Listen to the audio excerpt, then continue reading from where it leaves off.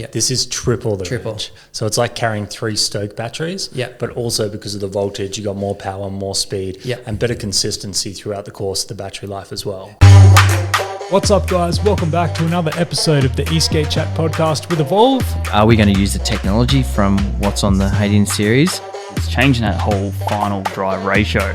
Surfing this endless wave through Tokyo. Electric skateboarding is like breaking through. Every time I wanted to drink, I would step on this board. I heard somebody say, "Hey, Dean." 100%. We'd love to build our own specialized eSKATE track. I mean, the amount of thought that went into that. I want to talk about how it affected the riders. So I went skating with Tony Hawk. Oh, what? Yeah. Really? There's a whole new product line. I've done things I never thought I'd be able to do because of electric skateboarding.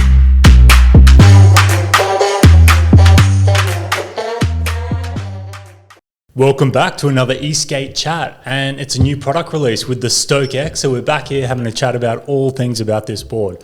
What are you most excited for about getting this thing out in the wild? All right, here we go. Stoke X, talk time. Mate, I'm most excited just to see what people think of like the extra power and the range. Like the ride time, the punchiness, and the aesthetic, of course, because it just looks beautiful, such great surfy vibes. But I'm really keen to hear what people think about the electronics. Yeah, we can get into the aesthetics later, but that's one of my favorite bits. But the most notable thing about this is probably the range. We've never done this much of an upgrade within a series of boards. That's true. It's a huge performance kit upgrade. Like the Stoke Series 2 has always been a 36 volt battery, the 10S 2P, and we did make it a flight friendly because it was quite small in size. So obviously small range comes with that, but the advantage that you could take it on an aeroplane.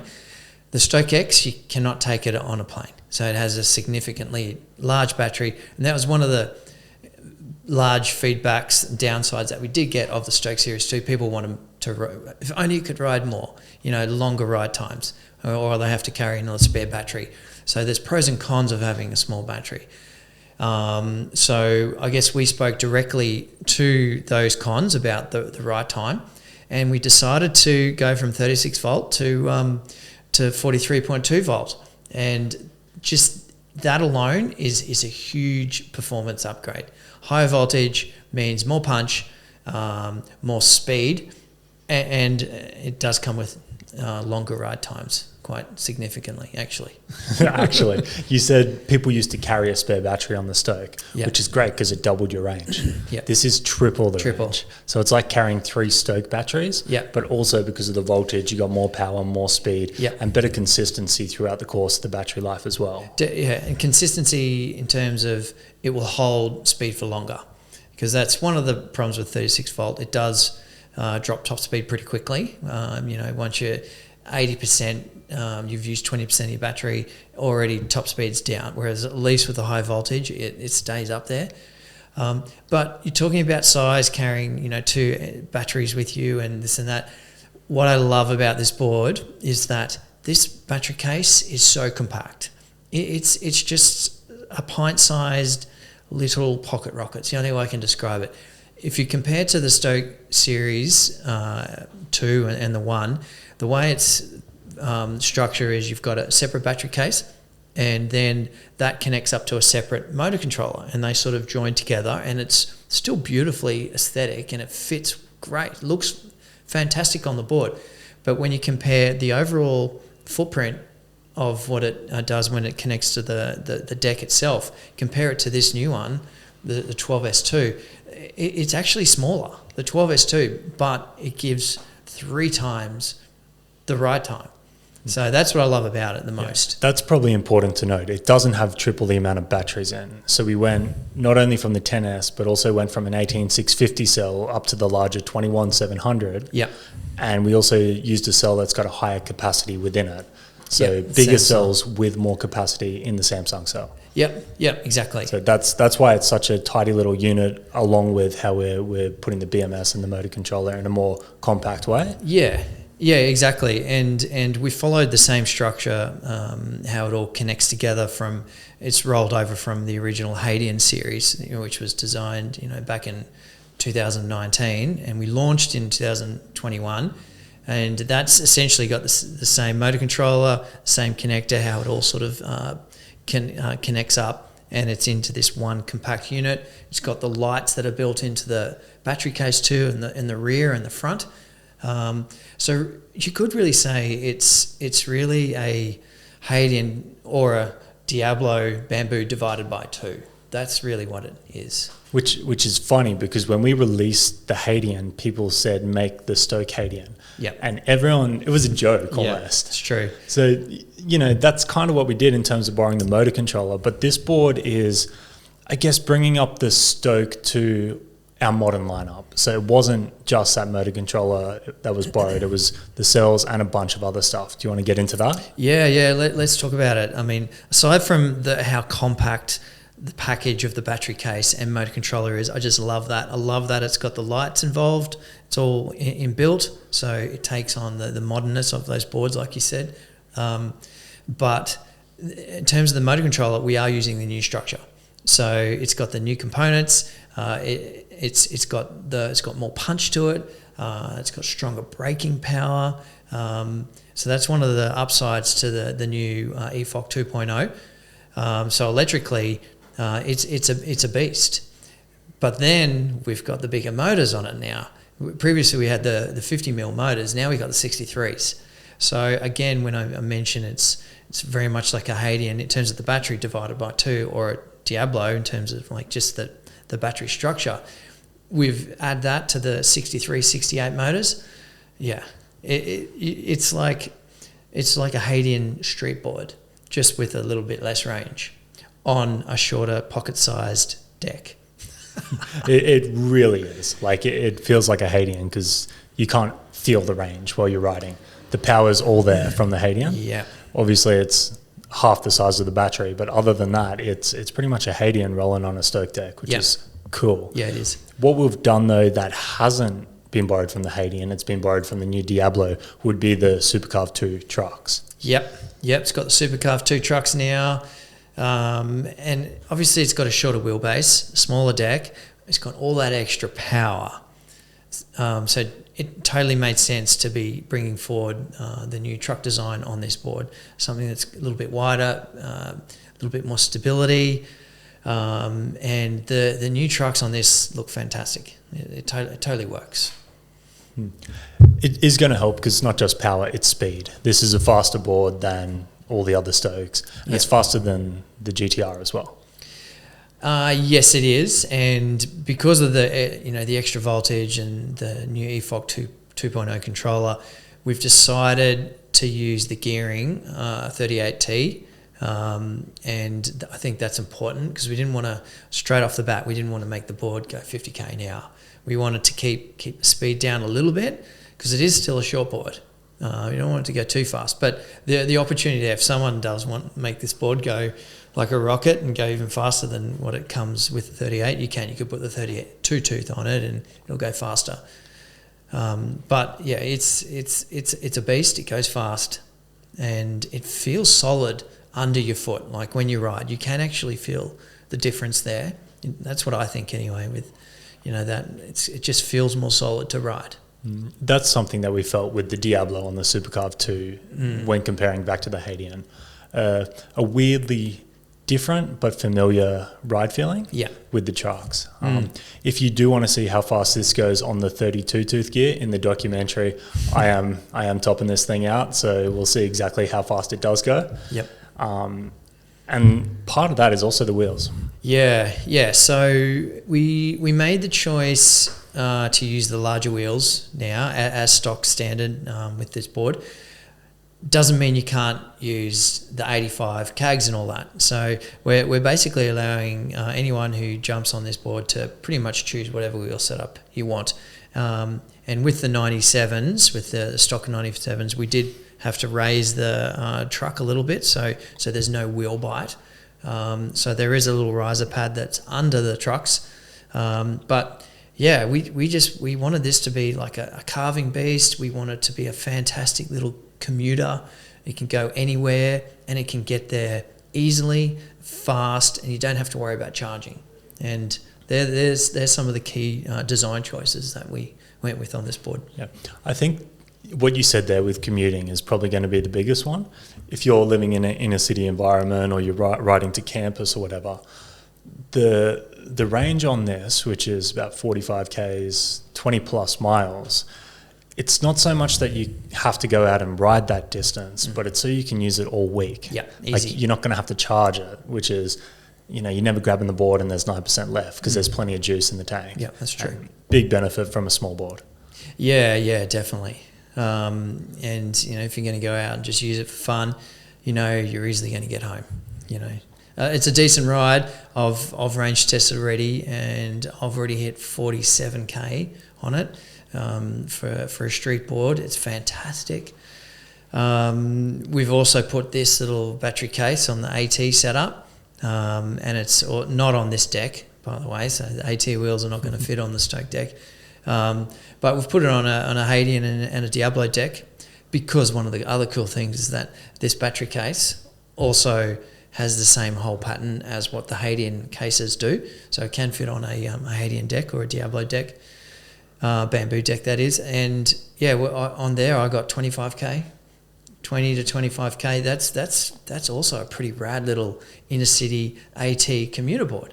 You know, you don't always have to have this big battery.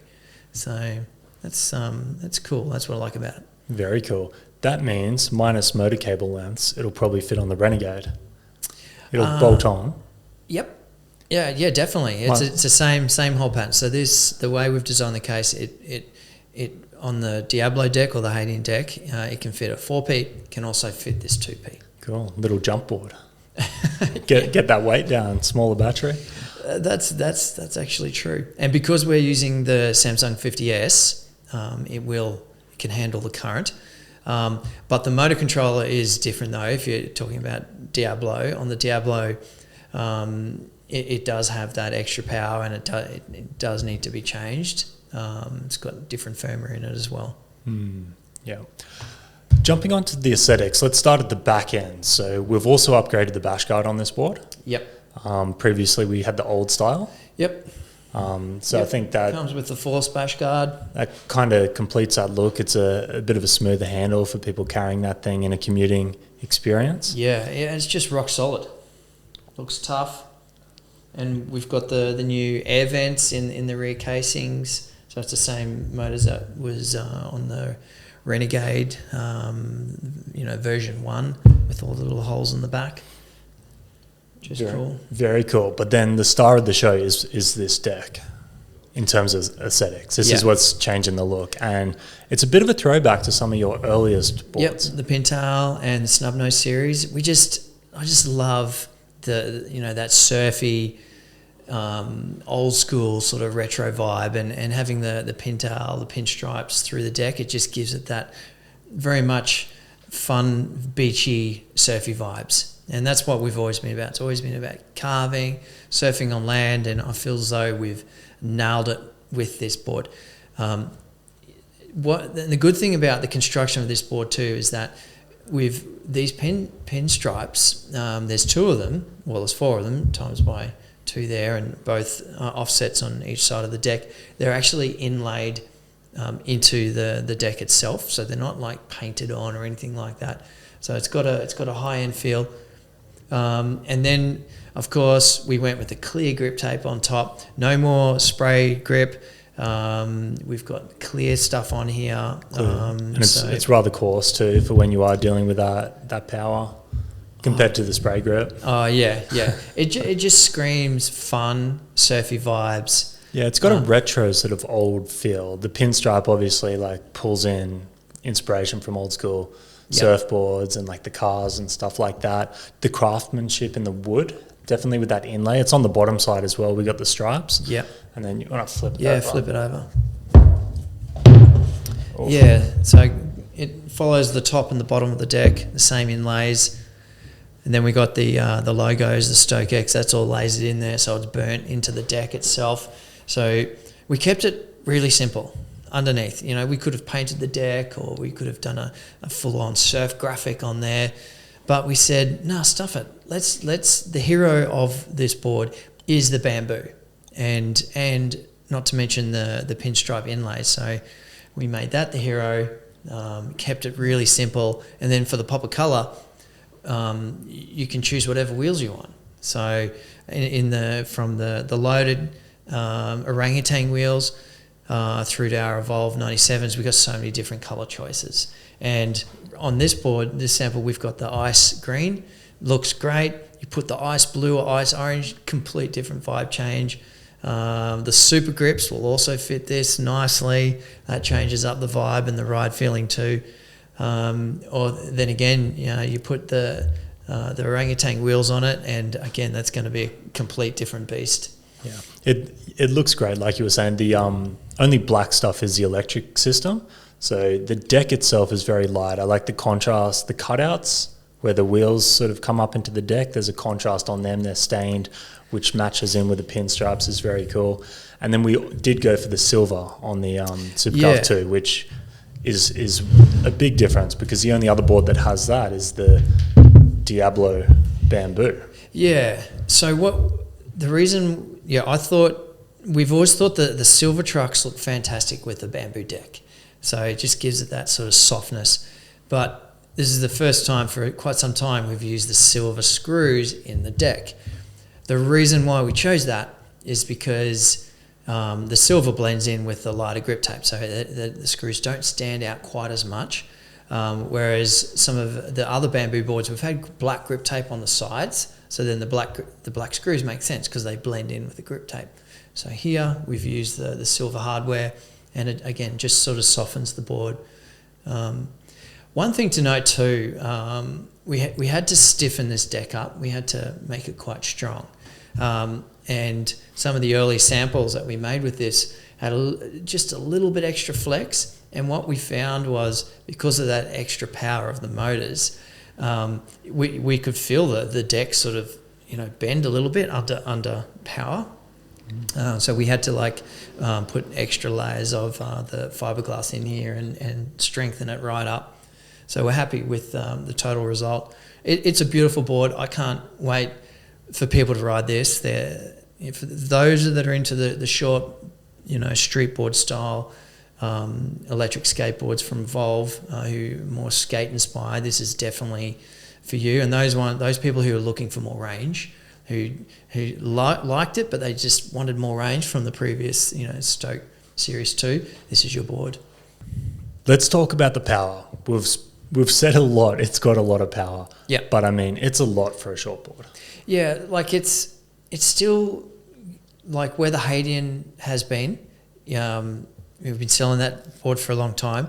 It's the same as what the street board is on the Hadian, but of course it's got a little bit more punch now because we've got that EFOC 2.0. Naturally, that new motor control and the component change, it just has a little bit more kick. But with the 38 tooth gear, it adds to that. It has got that extra punch, and you can definitely do wheelies on this quite easily.